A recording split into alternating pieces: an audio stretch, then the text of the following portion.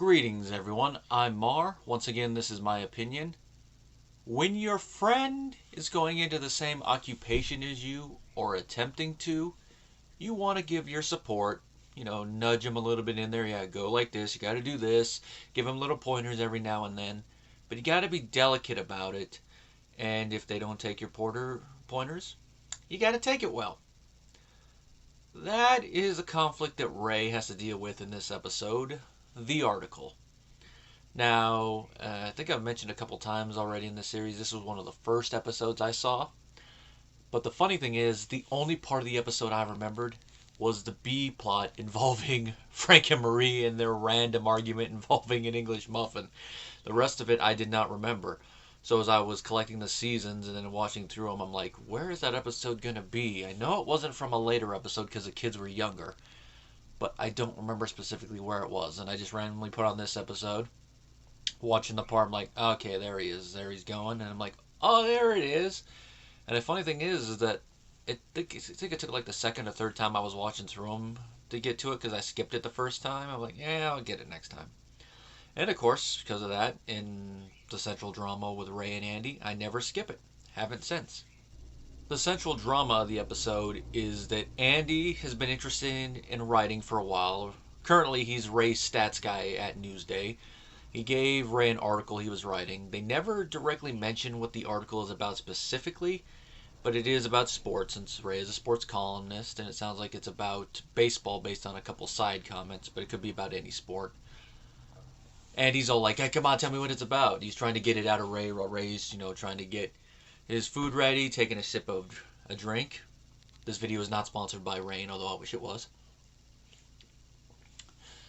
And then when he gets his essay back, covered in red marks, and he doesn't take it well.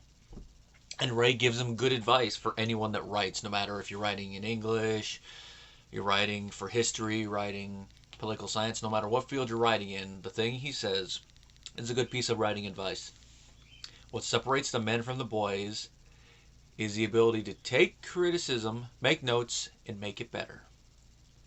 And of course, Sandy's like, all right. And Ray's like, I'm giving you the key to the Mint.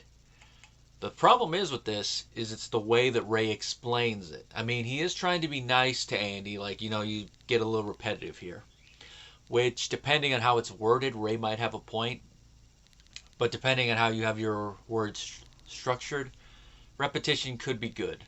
But it's going to depend on how your essay is formatted and also where it is. If it's within the same paragraph, I can get his point.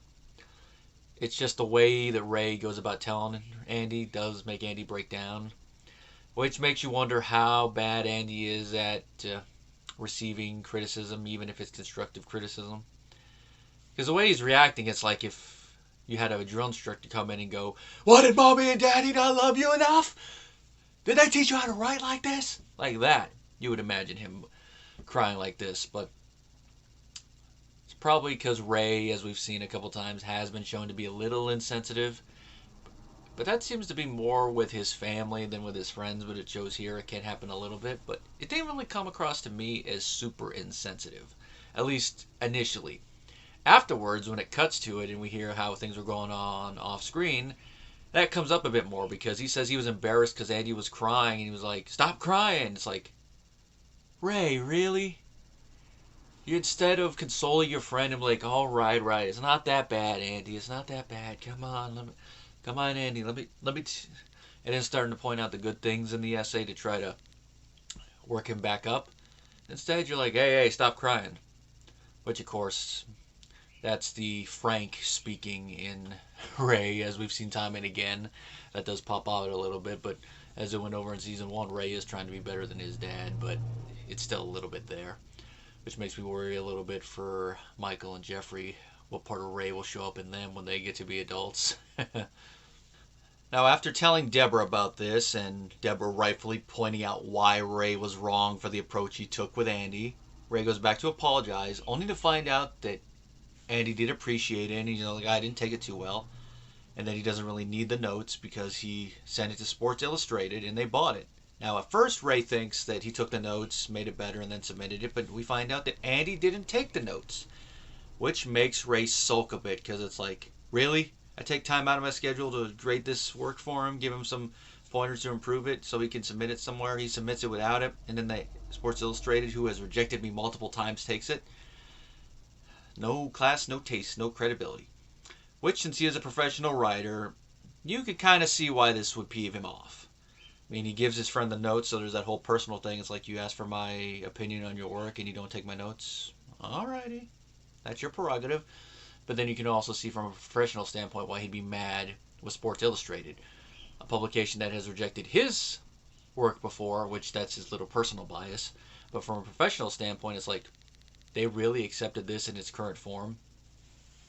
Which, as we find out at the end of the episode, they actually did not accept it in its current form. They changed the whole article around. I mean, they liked the crux of it, but they changed it around for publication. And it was a lot of the same stuff that Ray had an issue with. So that makes me wonder, in the universe of the show, is Sports Illustrated just not publishing Ray because they think his stuff is too good? Or is it like some of the other people we see that have an issue with him where they don't see the appeal of Ray? Which I can kind of see just from looking at professional film critics and some of their writing stuff and their opinions. Is like, I don't get the appeal as a whole. Like I've said a couple times, I'm not the biggest fans of Siskel and Ebert. I appreciate that they would speak their mind when it comes to their reviews and all that. But then sometimes reading their stuff, it's like, really? This is a professional journalist, really? He's going to be that snarky? I mean, if it's a film that they totally hate, like North, I kind of get it. But for some of the other ones, it's like, your bias against this genre is showing. I mean, personally, I'm not the biggest fan of rom-coms and chick flicks, but I will still at least give them a chance if I watch them. I won't just sell this film down the road wholesale just because of the genre. Just like, till recently, I wasn't really big on the Western genre, but the few I watched, I gave a chance. Red River, and of course, the mother of all Western parodies, Blazing Saddles, which is probably still my favorite Mel Brooks film, just because of the genre. I didn't write them off, but that's personal biases and all that. We could do a whole video on our own personal biases when it comes to criticism of any type. Well, this whole thing involving Andy in the article leads to Deborah telling Ray something that we as the audience have probably figured out by this point, 3 seasons in, but he hasn't been told to his face yet, and that is that he is self-centered. Which, of course, Ray takes umbrage at. He's like, self-centered? Me? Me? Me?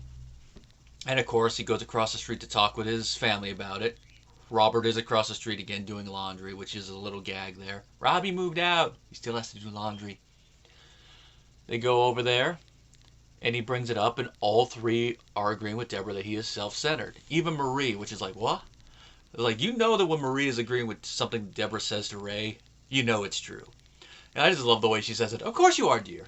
But then she adds a little thing that you have every right to be. Typical Marie stance. Of course, she's going to turn around to make it look good on Ray, which she has a slight point. I mean, his success is all that, but isn't this the same Marie who sided with Frank in an earlier episode where they said nobody likes a bragger? Did she just have a whole 180 in between seasons? I think that's one of the minor inconsistencies when you switch writers for the screenplays, because this screenplay, which I have the writer up on IMDb, is Tom Caltabiano, which he does a pretty good job with this screenplay, and this is one of my favorite episodes of season 3. He wrote 3 great episodes the previous season: Golf, The Checkbook, and 6 Feet Under. But of course, he didn't write that one where they're doing the whole pessimist thing, so that's one of the little inconsistencies. But since it's been a couple years, you could say it is slight character growth and her changing her stance. And I'm sorry if the camera is auto-zooming right now. I don't know why it did that. But you could say it's her character growth, or her changing her mind, or her agreeing with the whole thing at the time and then adding that little asterisk at the end to say why she believes her son is like that. You know, mother's stance. Mother's got a mother. Now we come to the little side plot that involves Frank and Marie. It's mainly for the opening, ending scene, and the one scene in the middle. It's them arguing over reading at the table. Which, if you've seen my Frank Barone tribute that's on my channel, which is the highest viewed video on here, it's a couple thousand away from 1 million views. Actually, I think about 100,000, give or take, but you know, it's going to be there. It's going to be like that. I already got the comment that I'm going to put in the section below ready for it. They arguing over that, and then later on they argue over the proper way to cut an English muffin, which is the scene that I remember from this episode. It's such a ridiculous argument over such a mundane issue, but it perfectly summarizes the marriage between these two and how, I don't really want to say negative, but how random some of the down parts of it could be. And it's the stereotypical old person yelling argument. It's over the proper way to cut an English muffin. Marie wants to cut it with a knife. Frank wants her to split it with a fork. They're going all over with the terminology. Not cut, split, fork split. That's just how they started. And of course, the part of the argument I remember most, not only have you destroyed the crannies, you smushed them into the nooks. It's just something like that, so random that my adolescent mind is like, oh my god, these two. And then, of course, it comes to a head at the end when she destroys Frank's paper, and her comment back when he asks what's up with this is, fork split. That still gets a big laugh out of me. Just the way Doris Roberts says the line, and then you see the paper, it's like cut in half and all the jagged edges on the side. It's like, she went to town on that paper with that fork. Makes me wonder if she got the paper while he was out of the room, did that, and then he came back and was like, he thinks he's being very slick. Which in the English muffin scene, he thinks he's being slick, and then she's like, no reading at the table. Which makes me wonder, why no reading at the table? Why would there be no reading at the table? And besides, it's such a random rule that I know they don't enforce 100%, because later episodes we see Frank reading at the table. The episode where they think Robert's gay, he's actually reading the paper at the table when Ray comes over to borrow the vacuum, and then he does the whole Nancy thing. So it's probably just something random Marie wanted to try out and it didn't work. And she got the last word and then she's like, eh. But like I mentioned earlier with Marie's comments, it's probably an inconsistency amongst the writers, and they're like, nah, no one's going to think about it too much. It's a sitcom. And you could say it's one of those little changing dynamics. And it's also one of those things that you don't really need to explain on camera. It's another little video I could get on, but one thing that annoys me is when people label stuff that are plot holes that are not plot holes. Like they think everything should be explained on camera when it's, film, TV and all that, when that's not really the case. Some things are best left to the imagination. You don't need to hold the audience's hand. It's just sometimes you think about it from a continuity perspective. So I can kind of understand why some people will say something is a plot hole that isn't. Even acting in the episode overall is pretty good. Ray, from the beginning to the end, you really do see him as his typical self. And then, of course, when he gets labeled self-centered, his overreaction, beautiful. Peter, Doris, and Brad, they do pretty good for the scenes they're in. The latter two more so in their little argument scene. Like I said, perfect way to summarize the older married couple in their arguments. Andy does a good job as his character for the couple scenes he's in. Like when he breaks down, you really do believe it. You think he's going a little overboard with his reaction, but you believe it in the moment. And then, of course, later on when he's trying to dedicatedly tell Ray that he didn't take his notes, you're like, okay, I can see a friend having to say that. And then at the end when he finds out that they rewrote the article like Ray wanted, you can see he's disappointed. But that's the thing. Sometimes, as a writer, you're going to want to take the notes. Other times, you're going to be like, nah. Like if you're writing it for a niche audience and the person correcting it is not a part of that audience. Alright, yeah, take it with a grain of salt, edit it if you want. But if it's someone who is a part of that audience you're writing for, you might want to take their word a little bit for it, unless it's something you think should be in there that they don't want in there. It's going to vary. Then, of course, there's also the thing about, even if it's an opinion piece, writing it like it's a fact thing, but that seems to be more a scholarly, if I could say the word right, thing, despite what a certain wrestling guy would think.